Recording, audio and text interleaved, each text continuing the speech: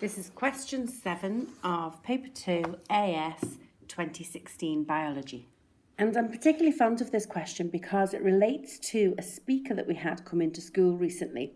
He was a stem cell specialist and he spoke about how we can now actually cure HIV.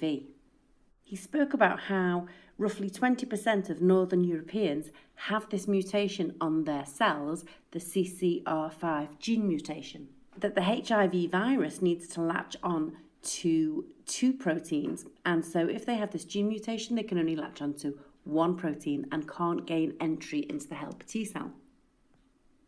So how does this help somebody who doesn't have the gene mutation?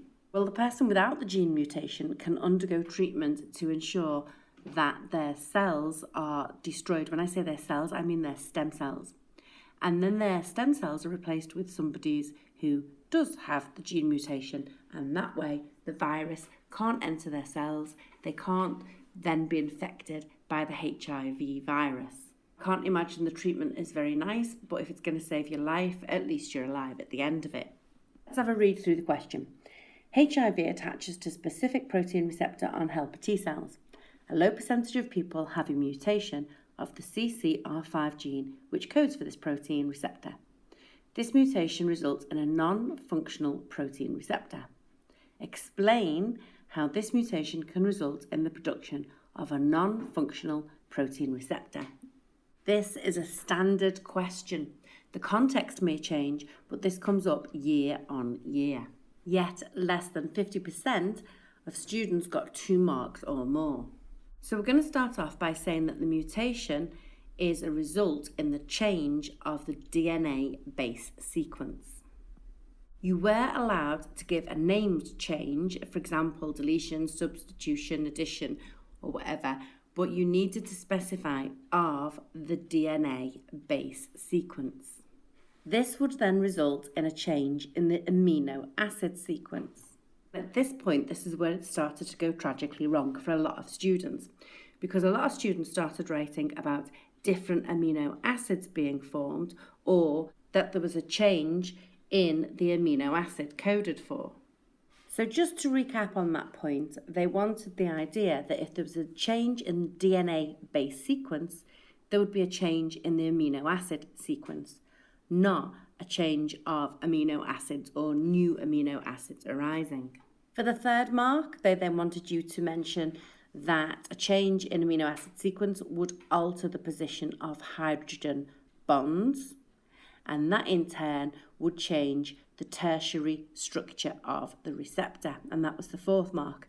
They wanted you to write the word tertiary, and they wouldn't accept a little 3 with a little 0 in place of the word tertiary, so watch out for that one.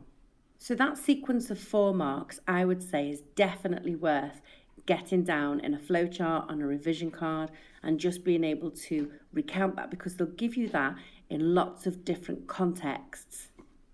4 marks is a lot to throw away. Next question. People with the CCR5 mutation show a greater resistance to developing AIDS. Explain why. Well, let's remember that AIDS develops as a result of HIV infection. And if the HIV virus can't attach and enter the cell, then it can't replicate and it can't destroy the helper T cells, which is what develops the acquired immunodeficiency syndrome, or AIDS. So most students managed to get the 1st mark, which was the idea that the receptor for the HIV is not complementary.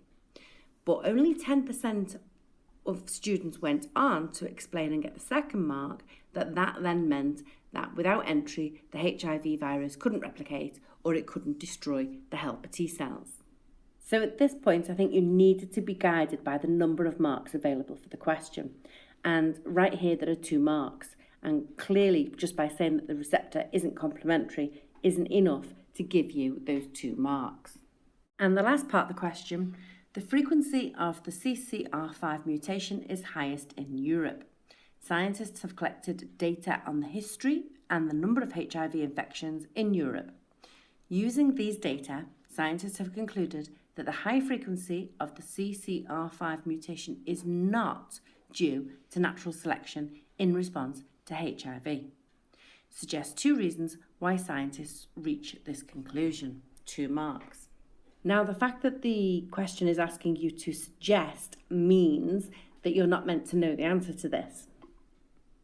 So what do we know already? Well, we know that HIV has only been around for a relatively short amount of time, and we know that natural selection takes place over many, many generations. It's not enough to just talk about the natural selection side. We have to say that HIV has been around for a relatively short time. We also know that HIV is not so prevalent in Europe compared with other parts of the world. So if natural selection was going to develop anywhere, perhaps it would develop in those areas of the world like Africa, where HIV is a much bigger problem. We also know that the mutation for CCR5 has been around for many years. And for that reason, we could conclude that perhaps the CCR5 mutation is actually advantageous for something else. I think the most obvious marks there are marking point 1 and 2 to say that HIV isn't a big problem in Europe as it is in other parts of the world. So why would the mutation develop there if it was natural selection? And also to say that natural selection takes many, many generations. And HIV has only been with us for a very short time. Also, you can also develop HIV after your childbearing years. So that's another factor to consider, although it doesn't appear on this mark scheme. I hope the video has been of use to you. Thanks for watching, and please do leave me a comment.